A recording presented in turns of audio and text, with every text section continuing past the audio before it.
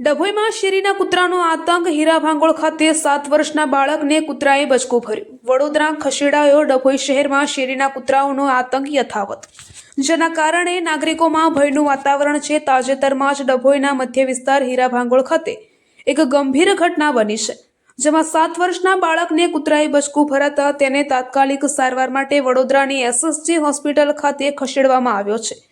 ઘટનાની વિગતો। પીડિત બાળક મોહમ્મદ મિઝાન તનવીર મંસૂરી, ઉંમર 7 વર્ષ, ડભોઈ।